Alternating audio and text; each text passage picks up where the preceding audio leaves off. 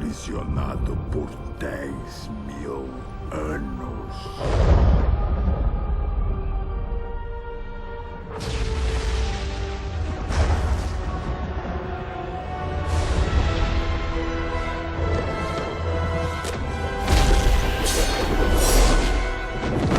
Você não está preparado!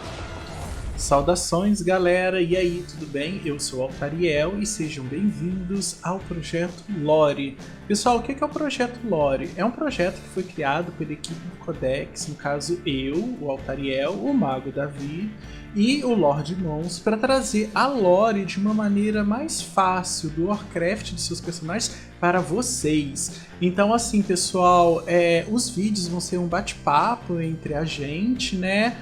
E bem casual mesmo, como se fosse um amigo interagindo e contando uma história um para o outro. Se vocês quiserem ter o resumo com mais detalhes e bem explicado, o Projeto Lore ele também vai ter a parte escrita, que é feita pelo Mago Davi, que é quem escreve os textos de lore do Codex, e vai estar hospedado no site do Codex. É só você acessar e você vai achar então as informações mais detalhadas. E aqui no Altariel Channel vai ficar o vídeo.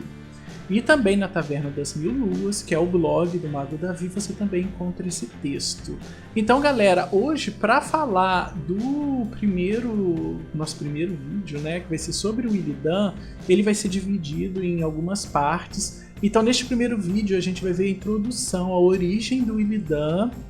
E também vamos acabar abordando um pouco da nação élfica. Então, para começar a falar, vai ser o Mago Davi. E vamos lá então. Mete bronca, Mago. Boa tarde, gente. Bom dia, boa noite. E para começar a falar do Illidan, que é esse personagem tão querido, tão icônico, tão especial pra gente no mundo de Azeroth, a gente tem que falar um pouquinho do início da sociedade Noctiélfica, que remonta ao início de tudo. Bom, no leste do mundo, pequenas tribos de Trolls negros que posteriormente formariam as castas Zandalari, Gurubashi, Amani e Farak estavam no ápice do seu desenvolvimento e na era de glória do seu império. Aí você pergunta, Mago, mas na época elas estavam em glória e hoje elas estão em ruína? Sim, 10.000 anos. Então, nessa época elas estavam no ápice porque elas eram uma das sociedades mais bem desenvolvidas. Ainda assim, uma tribo menor de Trolls exilados da tribo Zandalar passou a vagar sem rumo no mundo gigante de Azeroth. Eles tinham sido exilados porque não concordavam com muitos dos ritos e dos costumes da tribo Zandalar, que era, em outras palavras, sanguinária e muito religiosa. Era muito fanática. Uma vez que se instalaram próximos à nascente da eternidade, uma fonte de energia mágica primordial criada pelos titãs para suprir esse mundo com magia, esses trolls se desenvolveram e ficaram inteligentes, longevos e belos. É bastante simples. Você se estabelece próximo de uma fonte mágica que, obviamente, possui magia. A magia lhe nutre de força, de poder, de juventude. Você fica mais inteligente, longevo e belo. A partir desse momento, eles passaram a se chamar Kaldorei, ou Filho das Estrelas, em Darnaciano, sua língua, e passaram a reverenciar uma divindade que, segundo eles, dormiria dentro da nascente durante o dia, que se chamava Elon. Pessoal, então na época nós tivemos 3 jovens elfos que se destacavam muito sobre os demais, cada um deles com sua habilidade. O primeiro deles era o Malfurion, né, que foi um mestre druida. O segundo deles foi Tyrande, mestre do culto da luz da lua, e a Elune. E o terceiro era Illidan, que foi o mago.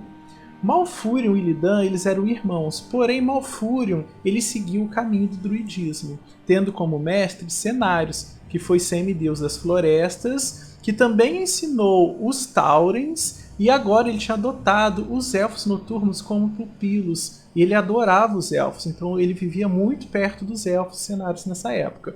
Enquanto isso, o Illidan foi ensinado nas artes arcanas por Lord Chavios, que também mostrou a ele como exaurir a nascente e saturar cada parte do seu corpo, né, com fibra de mana. Davi, você quer complementar alguma coisa? Não, acho que você já resumiu bem o que eles representavam naquela época. Os Kaldorei prosperavam e seu império cresceu altivo e belo. Suas magnificentes construções e imponentes vestimentas os diferenciavam dos outros grandes impérios da época.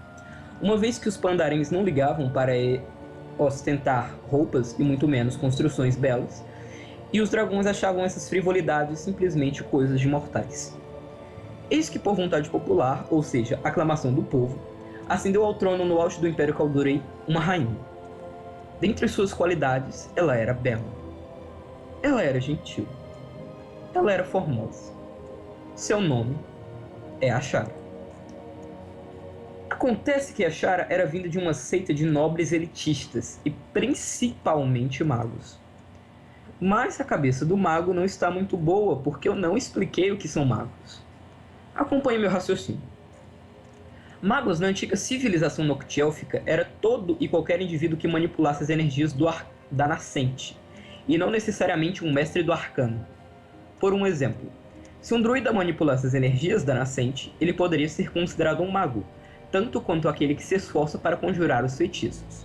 Muito embora, hoje, esse conceito seja totalmente abolido, e somente aqueles que conseguem manipular as escolas de gelo, fogo e arcano podem ser considerados magos. Bom, galera, falando um pouco mais da Ashara e do reino élfico, ela amava muito todos os seus súditos, mas ela sempre teve seus preferidos. A Ashara, ela se cercou da elite dos elfos e também dos magos. Então, como o Illidan ele era da elite, ele foi logo aceito nos Hightborn, os bem-nascidos, né? E ele era irmão do Malfurion. Então, Mago, você quer falar um pouco desse relacionamento dos dois? Falo sim. Relação entre o Malfurion e o Illidan é uma relação muito treta, muito horrível, uma relação péssima. Mago, por quê? Veja bem. O Illidan e o Malfurion, desde pequenos, eles tinham muito problema. Por que eles tinham muito problema? Começa pela formação. O Malfurion era ensinado pelos Cenarius. O Cenarius é uma pessoa muito pacífica e muito calma. Ele ensina que a natureza é a fonte de toda a sabedoria. E a natureza é calma, é sábia, é paciente. O Illidan foi ensinado pelos Chavios. O Chavios é uma pessoa que manipula, é uma pessoa que domina a magia para o seu próprio uso e para o seu benefício. Então, a começar pela formação, eles tinham muito problema, eles tinham muitas brigas. E isso não se atenuou, isso não diminuiu com o passar do tempo. Então, mas essa parte que o Illidan era ensinado pelos Chavios, na verdade ele tinha sede de poder, né, e de conhecimento, mas o Chavios não manipulava ele para o mal ainda, né, porque na verdade o reino ainda estava meio que tranquilo, né? Não, porque essa é uma dúvida muito frequente. O Chavios sempre manipulava o Illidan? Não, ele não manipulou sempre o Illidan. Por quê? O Chavios, ele não é uma pessoa ruim, gente. O Chavios, se tornou uma pessoa ruim. Agora você tem que entender a mentalidade de todo elfo. Seja um alto-elfo, seja um elfo noturno, seja um elfo sangrento. Ele sempre quer mais, e conhecimento é tentação. A partir do momento que você pode explorar ao máximo uma fonte de energia sagrada, mesmo que seja sagrada, é uma fonte de energia que te traz conhecimento. E quanto mais conhecimento, melhor. Então o Chavios acabava explorando demais a nascente e meio que ficou viciado e meio que passava a manipular e ensinar os outros a manipular, mas não por maldade, e sim por sede de conhecimento. Depois que a Ashara passou a ter contato com Sargeras, que nós vamos relatar mais adiante, ele passou a ser um desgraçado que traiu o povo, mas por enquanto ele é uma pessoa boa que quer ensinar conhecimento para os outros. Bom, galera, e uma das tretas que eu acho que assim foi a principal entre o Malfurion e o Illidan foi a briga dos dois por causa da Tyrande, porque eles ambos foram se apaixonar pela mesma mulher, porque a Tyrande era muito bonita e além disso tudo lógico, né, era uma sacerdotisa muito mega ultra mega fucker de poderosa. Então os dois se apaixonaram por ela. Só que o Illidan quis impressionar ela com seus poderes, né, e tudo mais. Só que a Tyrande também era uma pessoa meio simples. E a simplicidade do Malfurion atraiu muito ela e levou com que ela se apaixonasse por ele. E então nós vamos ter vários momentos na história do Illidan que você vai ver ele indeciso entre a ambição dele e o amor pela Tyrande.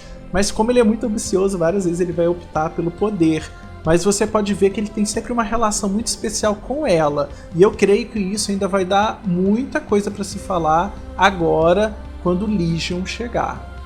Muito bem, gente. Assim, acontece que a Shara não era lá muito boa das ideias. Então o que ela fez? Ela começou a pedir que seus magos usassem cada vez mais o poder da nascente e exaurissem tudo, para que eles pudessem catalogar os feitiços e tivessem mais conhecimento. Acontece que quando você usa demais a magia e começa a abusar dela, você chama a atenção de demônios. E esses demônios, lamentavelmente, querem ir para a fonte dessa magia. Só que eles estavam abusando demais, e o próprio Sargeras passou a notar a existência do jovem mundo e passou a se comunicar com a Ashara. A Ashara é muito inteligente, gente, nossa senhora. E o que ela fez? Ela viu um cara gigante que ardia em fogo. O que ela fez? Vou casar com ele. Não, brincadeira. Ela passou a acreditar no Sargeras e disse: você é meu salvador, o que o senhor quer? Quero entrar no seu mundo, quero devorar a energia. Venha, moço. E aí ela ordena que seus Highborn, ou seja, seus altos elfos, alimentem uma fonte de energia gigante dentro da nascente eternidade, um portal, para que o Sargeras possa entrar. Onde entra o Illidan nessa história? Ele era um dos que deveriam abastecer o portal com energia arcana incessantemente. Vem o dilema. Illidan serve a Ashara, mas ama e é fiel a Tyrande. Então ele tem que decidir uma vez mais o que ele ama, principalmente: Tyrande ou o poder. Eu lhes pergunto, o que ele escolhe? Poder. Poder! Poder flui em meu corpo. Então, galera, quando o Malfurion descobre as intenções de Ashara, ele discorda e corre para avisar cenários. E ele conta com o Illidan para trazer as informações do que está acontecendo no palácio para eles, enquanto eles preparam uma ofensiva para atacar o palácio e fechar o portal para não deixar que o Sargeras venha. Só que o Illidan faz exatamente ao contrário. O Illidan passa as informações deles para a Ashara. Então eles começam a trazer demônios para defender o castelo. E é por isso que vocês estão vendo ali no fundo esse bando de demônio descendo.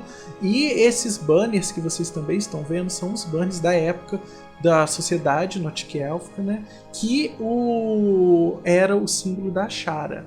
Então o Illidan traz essas informações, só que aí vem a treta. O Illidan fica de duplo agente, ele fica espionando e ele finge que está ajudando os aliados. E é nessa parte que eu chamo você, Mago Davi, para complementar um pouco e explicar o que foi esse duplo agente do Illidan.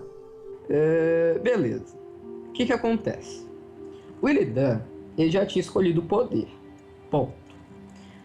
Ele tem que fingir, entretanto, para o Malfurion que ele está do lado do Malfurion, porque senão ele morre. Em resumo, né? Traição naquela época e hoje no mundo de Warcraft aprendendo com morte.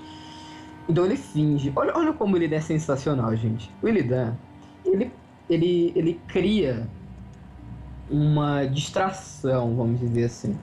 Ele fala pra Ashara: Ashara, te passo informação, o que eu ganho? Ganha meu amor, ganha poder, ganha o prestígio da legião. Beleza, minha filha, tá aqui. Aí ele fala todas as informações que ele tem da ofensiva do Malfurion. E ela diz: tá bom, mas pro Malfurion acreditar que você ainda é fiel a eles, ajuda aqueles campeões noctiélficos e ele a entrar e fazer a ofensiva. Vou dar pra vocês um exemplo bem prático. Quando você entra na dungeon, ou seja, na masmorra, nascente da eternidade, você vai fazer... Você só consegue se infiltrar graças ao Illidan. O Illidan atordou os inimigos, o Illidan ajuda você a entrar e você pensa: poxa, o Illidan é tão legal, o Illidan é gente boa, o Illidan é fantástico. Mentira. Acharam que mandou ele fazer isso. Por quê? Porque dentro do castelo, milhares e milhares e milhares e milhares de demônios estão fortificando a sua entrada, estão fortificando a entrada do salão principal.